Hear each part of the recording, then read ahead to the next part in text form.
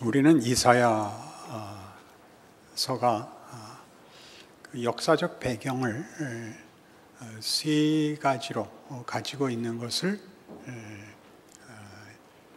잘 알고 있습니다. 1장에서 39장까지 아마 역사적 배경은 북이스라엘이 망하는 시대와 남왕조의 멸망기까지 배경으로 가지고 있고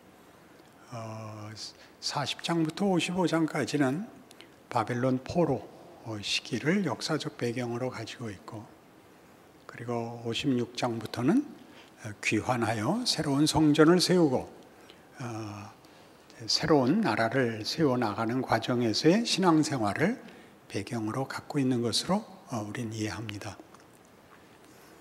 이 각각에는 그 역사적 현실을 이해할 수 있는 하나님이 제시하시는 세계관이 있습니다. 제1차적 세계관은 원칙과 심판의 세상이었습니다. 이스라엘이 하나님과의 약속을 어기고 그 신앙을 성실히 수행하지 않을 때 받게 되는 보응, 심판이 그 세계의 질서며 그 하나님의 일하시는 그 심판의 기준이었다면, 제2차 세계관에서는 자신들의 잘못으로 초래한 다른 나라에 포로된 징벌의 자리에서 하나님께서 그들을 용서하시고 회복하시고 구원해내시는 약속으로, 은혜로, 구원으로 제시되는 세계관이었습니다. 하나님의 약속이요, 비전입니다.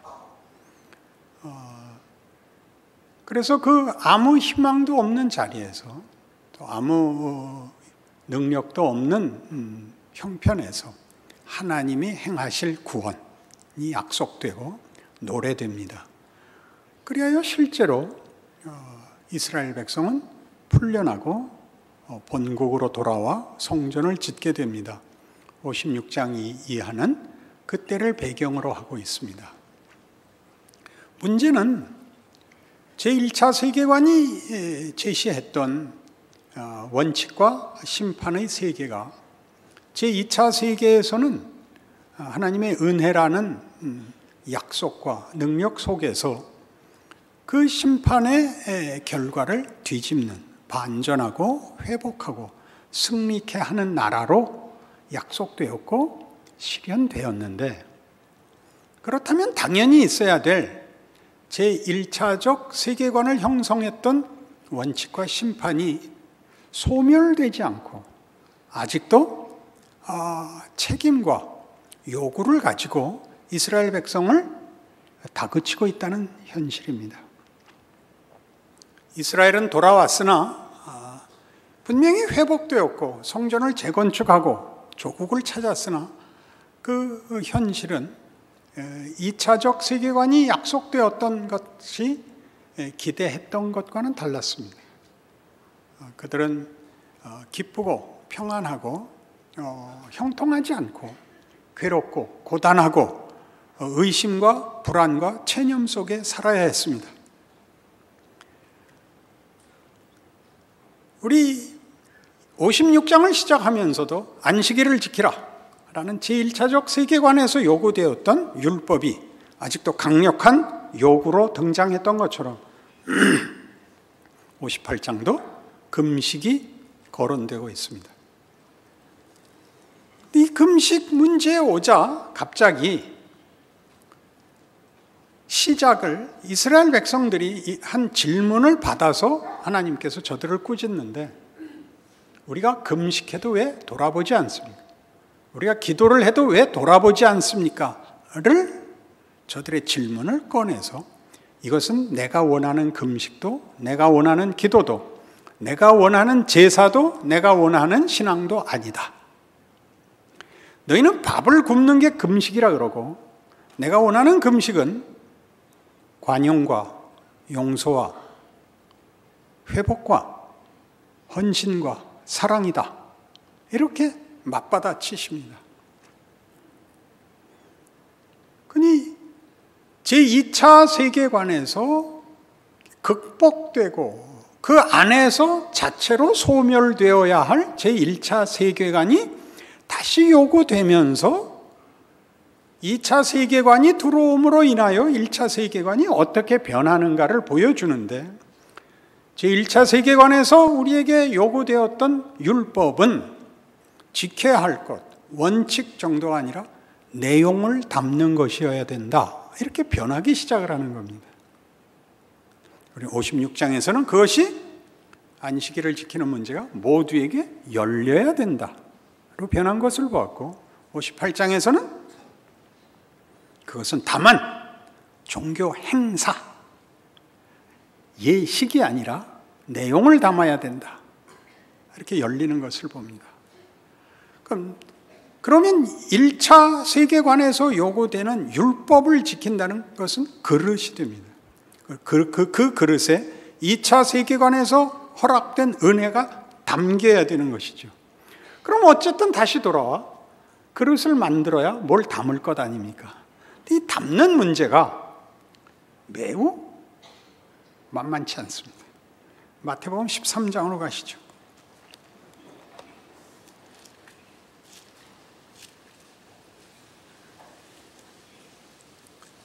마태복음 13장 3절. 예수께서 비유로 여러 가지를 그들에게 말씀하여 이르시되, 씨를 뿌리는 자가 뿌리러 나가서 뿌릴새 더러는 길가에 떨어짐에 새들이 와서 먹어버렸고, 더러는 흙이 얕은 돌밭에 떨어짐에 흙이 깊지 아니하므로 곧 싹이 나오나 해가 돋은 후에 타서 뿌리가 없으므로 말랐고, 더러는 가시떨기 위에 떨어짐에 가시가 자라서 기운을 막았고, 더러는 좋은 땅에 떨어짐에 어떤 것은 100배, 어떤 것은 60배, 어떤 것은 30배의 결실을 하였느니라. 귀 있는 자는 들으라 하시니라. 제자들이 예수께 나와 이르되 어찌하여 그들에게 비유로 말씀하시나이까? 대답하여 이르시되 천국의 비밀을 아는 것이 너희에게는 허락되었으나 그들에게는 아니 되었나니, 무릇 있는 자는 받아 넉넉하게 되되 없는 자는 그 있는 것도 빼앗기리라. 그러므로 내가 그들에게 비유로 말하는 것은 그들이 보아도 보지 못하며 들어도 듣지 못하며 깨닫지 못함이니라. 이사야의 예언이 그들에게 이루어졌으니 일렀으되 너희가 듣기는 들어도 깨닫지 못할 것이요 보기는 보아도 알지 못하리라. 이 백성들의 마음이 완악하여져서 그 귀는 듣기에 둔하고 눈은 감았으니 이는 눈으로 보고 귀로 듣고 마음으로 깨달아 돌이켜 내게 고침을 받을까 두려워함이라 하였느니라. 그러나 너희 눈은 봄으로 너희 귀는 들음으로 복이 있도다. 내가 진실로 너희에게 이르노니 많은 선지자와 의인이 너희가 보는 것을 보고자 하여도 보지 못하였고 너희가 듣는 것을 듣고자 하여도 듣지 못하였느니라. 이 비유는 쉽습니다. 그러나 이 비유는 아무도 깨닫지 못합니다. 이 비유가 무엇인지는 예수에게서 그 실체가 드러납니다. 그러니까 모든 선지자들이 이 비유의 주인공, 실체를 보려고 했지만 아무도 못 봤습니다. 제자들의 복은 그 실체를 본 것입니다. 예수입니다. 그게 무슨 말일까요? 얼마나 쉬운 비유입니까? 씨를 뿌렸는데 왜 안 났다고요? 길가에 떨어져서 새가 먹어버렸고, 돌짝밭에 떨어져서 뿌리를 내리지 못했고, 가시떨기에 떨어져서 가시떨기가 기운이 더 억세서 그럴 씨의 자라남을 방해했고, 옥토에 떨어져서 결실을 했다.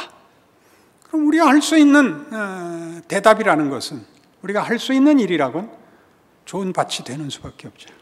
옥토가 되면 될 것 아닙니까? 우리가 많이 듣던 얘기 아닌가요? 옥토가 되자, 믿음을 갖자, 열심을 갖고 진심을 갖고 간절하자, 이런 얘기들은 다 1차적 세계관의 요구들이고 정당한 것입니다. 그걸 해야 내용이 담길 거 아닙니까? 그렇죠. 이 문제는 보기보다 쉽지 않습니다. 로마서 7장으로 가시죠. 로마서 7장 14절. 우리가 율법은 신령한 줄 알거니와 나는 육신에 속하여 죄 아래 팔렸도다. 내가 행하는 것을 내가 알지 못하노니 곧 내가 원하는 것은 행하지 아니하고 도리어 미워하는 것을 행함이라. 만일 내가 원하지 아니하는 것을 행하면 내가 이로써 율법이 선한 것을 시인하노니 이제는 그것을 행하는 자가 내가 아니요 내 속에 거하는 죄니라. 내 속 곧 내 육신에 선한 것이 거하지 아니하는 줄 아노니 원함은 내게 있으나 선을 행하는 것은 없노라. 내가 원하는 바 선은 행하지 아니하고 도리어 원하지 아니하는 바 악은 행하는도다. 만일 내가 원하지 아니하는 그것을 하면 이를 행하는 자는 내가 아니요 내 속에 거하는 죄니라. 그러므로 내가 한 법을 깨달았느니 곧 선을 행하기 원하는 나에게 악이 함께 있는 것이로다. 내 속사람으로는 하나님의 법을 즐거워하되 내 지체 속에서 한 다른 법이 내 마음의 법과 싸워 내 지체 속에 있는 죄의 법으로 나를 사로잡아 하는 것을 보는도다. 오라 나는 곤고한 사람이로다. 이 사망의 몸에서 누가 나를 건져내랴. 율법의 요구는 우리 오늘 이사야 58장에 나오는 것 같이 이스라엘 백성의 항의같이 우리 금식했습니다. 우리 기도했습니다. 우리 철야했습니다. 우리 헌금했습니다. 우리 열심 냈습니다. 전도했습니다. 그러나 하나님의 답은 그게 기도도 금식도 신앙도 아니다. 거기에 이것이 담겨 있어야 된다. 용서, 회복, 긍휼, 자비, 사랑이 담겨 있어야 된다. 예, 우리 했습니다. 이게 없는 한 그거 아니다. 틀린 것이다. 이렇게 되죠. 여기 나오는 대로 우리는 선하고 싶습니다. 우리는 옳고 싶습니다. 우리는 정의를 구현하고 싶습니다. 그러나 하나님께서 내용을 담아주시지 않는 한 우리가 구한 의는 언제나 폭력에 불과합니다. 옳고 사랑을 하는 사람은 없습니다. 옳으면 지랄을 떨죠. 현실이지 않습니까? 옳으면 틀린 것을 들춰내지 옳은데 어떻게 사랑을 합니까? 로마서 7장이 하는 얘기입니다.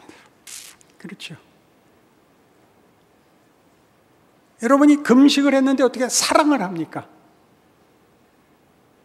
금식을 했는데 경건을 떨어야죠. 보상을 받아야죠. 기도를 하면 서슬이 펄해지지 자비로워지지 않습니다. 이런 설교를 해도 험해지는데 표정이. 우리는 율법을 그러니까 제1차 세계의 가장 기본적인 요구를 만들 수가 없습니다. 우리는 정직할 수 있습니다. 경우에 따라. 정직해서 사랑이 흘러나오지 않습니다. 정직하면 넌 왜 그러냐 그러죠. 오호라 나는 곤고한 사람인데 이게 정확히 알고 있어야 됩니다. 이게 무슨 말이 되는 거죠? 전부 옥토가 될 수가 없습니다. 우리는 뭐가 들어오든지 결실을 할 수 있는 그 기본적인 조건을 우리 스스로 만들 수가 없습니다. 그런데 마태복음 22장에 보시면 어떤 율법사가 와서 예수께 묻습니다. 선생님이요, 계명 중에 가장 큰 계명이 뭡니까? 첫째는 네 마음을 다하고 뜻을 다하고 성품을 다하여 주 너의 하나님을 사랑하라 하셨으니 이것이 크고 첫째 되는 계명이요. 둘째는 그와 같으니 네 이웃을 네 몸과 같이 사랑하라 하는 이것이라. 이 둘이 율법과 선지자의 강령이니라. 사랑이래요. 여러분 공부해 보신 분들 아실 텐데 공부 잘하면 사랑이 넘쳐나는 사람 내가 본 적이 없습니다. 공부를 잘하면 다 지랄을 떨죠. 공부를 잘하는데 어떻게 사랑을 해요? 공부 잘하는 것들은 꼭 시험을 보자 그러지. 선생님이 시험 안 보고 이번 학기는 그냥 관상대로 주겠다면 펄펄 뛰죠. 억울하지. 그 누구 비난이 아니에요. 우리라고요. 그게 우리. 우린 사랑을 못 만든다고. 의의가 없어요. 왜 모든 정의를 구현하기 위해서는 폭력을 동원해야 되냐고요. 역사를 보세요. 그럼 아무것도 안 하고 있어요. 그럼 다 썩죠. 무슨 대안이 있어요? 왜 예수님이 오셨겠어요? 이대로는 답이 없으니까 오셨죠. 기독교가 뭔지를 정말들 몰라요. 못난 사람들, 믿지 않는 사람들을 대고 너희는 그러니까 벌받아 싸. 너희는 희망이 없는 게 당연해. 그렇게 얘기하면 안 돼요. 우리가 그들이었다고요. 은혜를 입었지. 그러니까 이 문제는 조금 다른 문제가 되는 겁니다. 옥토가 되면 결실할 수 있다. 우리는 율법을 지켰습니다. 오늘 본문 그대로라니까요. 너희는 율법을 지킨 것이 아니다. 율법을 제대로 지키면 그 내용에 사랑이 나와야 된다. 그게 안 나오면 너희는 아직도 율법을 지키지도 못했고 율법이 뭔지 모르는 것이다. 율법, 제1차 세계 질서가 있어야 제2차 세계관의 은혜가 담길 텐데 이걸 만들 수가 없는데 어떻게 은혜가 들어오겠습니까? 문제가 되죠. 마태복음 7장 15절 거짓 선지자들을 삼가라. 양의 옷을 입고 너희에게 나오나 속에는 노략질하는 일이라. 그들의 열매로 그들을 알지니 가시나무에서 포도를 또는 엉겅퀴에서 무화과를 따겠느냐. 이와 같이 좋은 나무마다 아름다운 열매를 맺고 못된 나무가 나쁜 열매를 맺나니 좋은 나무가 나쁜 열매를 맺을 수 없고 못된 나무가 아름다운 열매를 맺을 수 없느니라. 아름다운 열매를 맺지 아니하는 나무마다 찍혀 불에 던져지느니라. 이러므로 그들의 열매로 그들을 알리라. 여기는 분명히 30배, 60배, 100배의 열매를 맺자라는 격려가 아니고 판별식이에요. 감나무를 알아보는 법. 감이 달리면 감나무죠. 포도가 달려야 포도나무죠. 근데 명찰을 달고 있으면 전봇대에 포도나무라고 쓰면 포도가 열리는 것 아닙니다. 너무나 분명한 것입니다. 우리가 누구인지, 우리가 말하자면 예수를 믿는다는 것은 어떻게 증명이 되는가? 열심을 낸 것이 아니고 구원을 받은 것인 것처럼 예수 안에 있는 새 생명이 열매로 드러나 우리의 본질, 본체, 존재가 달라졌다는 걸 아는 겁니다. 이게 성경이 하고 싶은 이야기입니다. 그 담긴 것으로 존재의 신분과 지위가 변합니다. 물이나 주스나 마찬가지겠지만 주스를 줘 그러면 이렇게 담아서 줘야 되고 물을 줘 그래도 이렇게 담아서 줘야 됩니다. 손바닥에다 글로 써서 자 주스다 그렇게 하는 건 말이 안 됩니다. 담는다는 것은 그 그릇이 그 내용물을 만든 것이 아닐지라도 그 그릇에 담김으로써 그 내용은 비로소 실체화됩니다. 이게 1차 세계와 2차 세계가 같이 있어야 되고 융합되는 하나님의 신비입니다.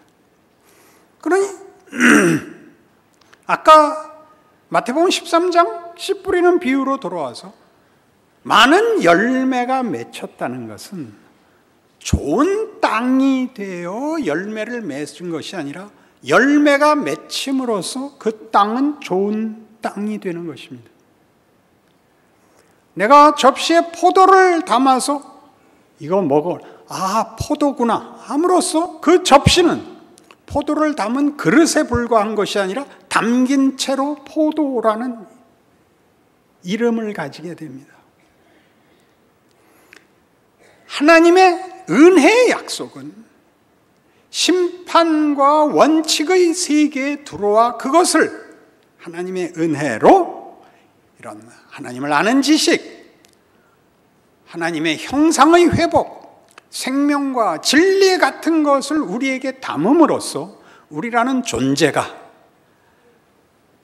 싸우고 비난하고 보복하던 사람이 1차적 세계관의 판단에서 말하는 윤리, 도덕, 의지의 문제로서의 정체성이 나뉘는 것이 아니라 담긴 것에 의해서 저 사람은 신자야, 거룩한 사람이야 라고 불려진단 말이죠.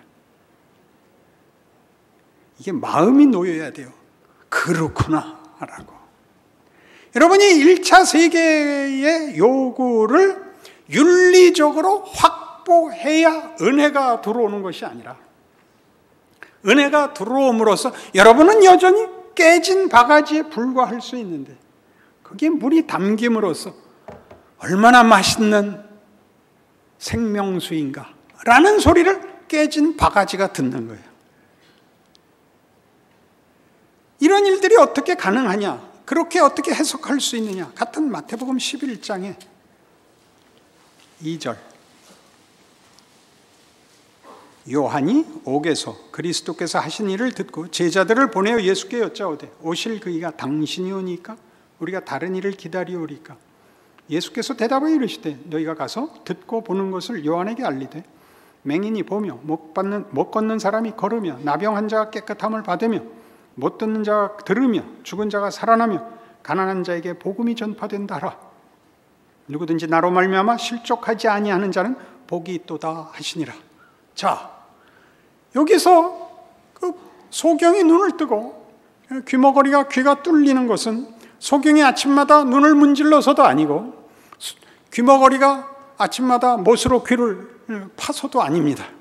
이것은 전혀 우리에게 조건이 없고 자격이 없고 준비가 없고 소원이 없는 차원에서 일어나는 일입니다. 그렇습니다. 우리 안에 담기는 것이 먼저 있습니다. 뭐죠? 신앙 고백. 신앙 고백은 사실은 이유가 없습니다. 그날 왜 눈물이 났는지, 왜 나는 예수를 믿는다고 그날 고백을 했는지, 왜 성경을 보면 눈물이 나는지, 그리고 나는 아무 재미가 없어도 주일날 어디 못 가고 교회에 와서 자야 되는지 그냥 아무도 모릅니다. 들어와 있는 겁니다. 나는 아직 밭을 고치지 않았는데 열매는 들어와 있어서, 은혜는 들어와 있어서 어쩔 줄을 모르겠는데, 여러분 보고 신앙생활을 잘하라 그러면 순서상 제1차 세계관의 요구로부터 출발을 하려고 합니다. 회개하고, 회개하면 예외 없이 비난하고, 우리 교회는 사랑이 없어, 우리 교회는 이상해, 한국 교회는 위기에 처해서, 이런 아무 쓸데없는 얘기에 붙잡혀갖고 원래 자기가 왜 돌아보기로 했는지 은혜를 받아서 열매가 들어와서 이미 30배, 60배, 100배 이 부인할 수 없는 이 영적 갈증과 어떤 소원과 목마름과 그리고 행복에 대해서 더 많이 갖고 싶어서 출발을 한 게 그만 여기서 맥혀가지고 늘 이게 혼동이 돼서 성가대는 앞으로 이렇게 줄 맞춰서 앉아야겠어부터 시작해서 우리 예전에 성수주일 꼭 그렇게 했어요. 그렇게 외적 규칙을 강화해서 그렇게 확보하려는 마음 때문에 이미 들어와 있는 은혜를 누리는 것을 못했다고요. 그 이미 들어와 있는 은혜를 누리는 것에 대해서는 갈라디아서 5장, 성경이 이미 우리에게 이 문제를 요구했었습니다.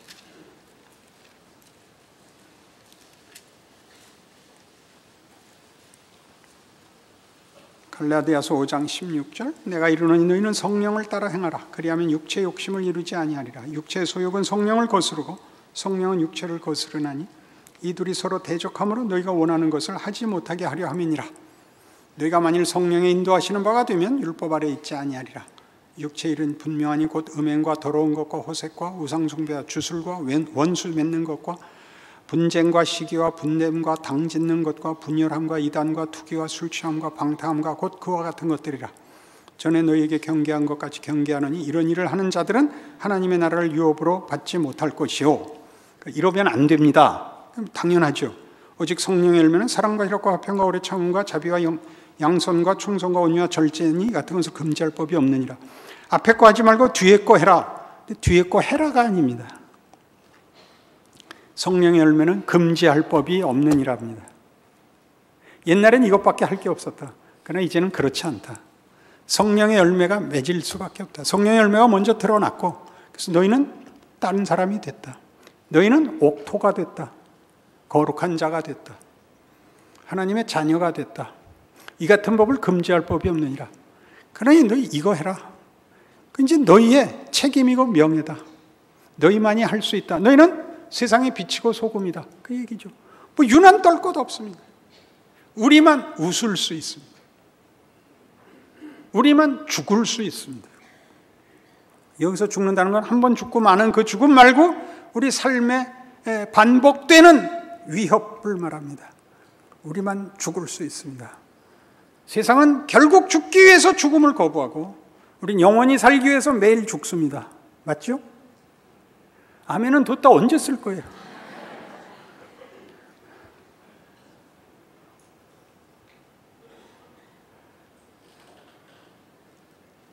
기독교라는 신앙이 가지는 신비입니다. 하나님이 일하시는 하나님의 능력이요 지혜입니다. 우리가 맞닥뜨리고 있는 현장은 사실 가장 극적인 조건이죠. 가장 극적인 조건. 좋은 컵에 담아놓은 좋은 내용 말고 가장 아닌 것에 담긴 가장 좋은 것이시죠. 훨씬 극적이죠. 훨씬 더 자랑스럽죠. 그렇지 않습니까? 그 물 먹으려고 온 집안을 다 물은 안 나오고 그릇을 다 뒤졌는데 없어서 마지막에 그 비싼 도자기 들여다봤더니 속에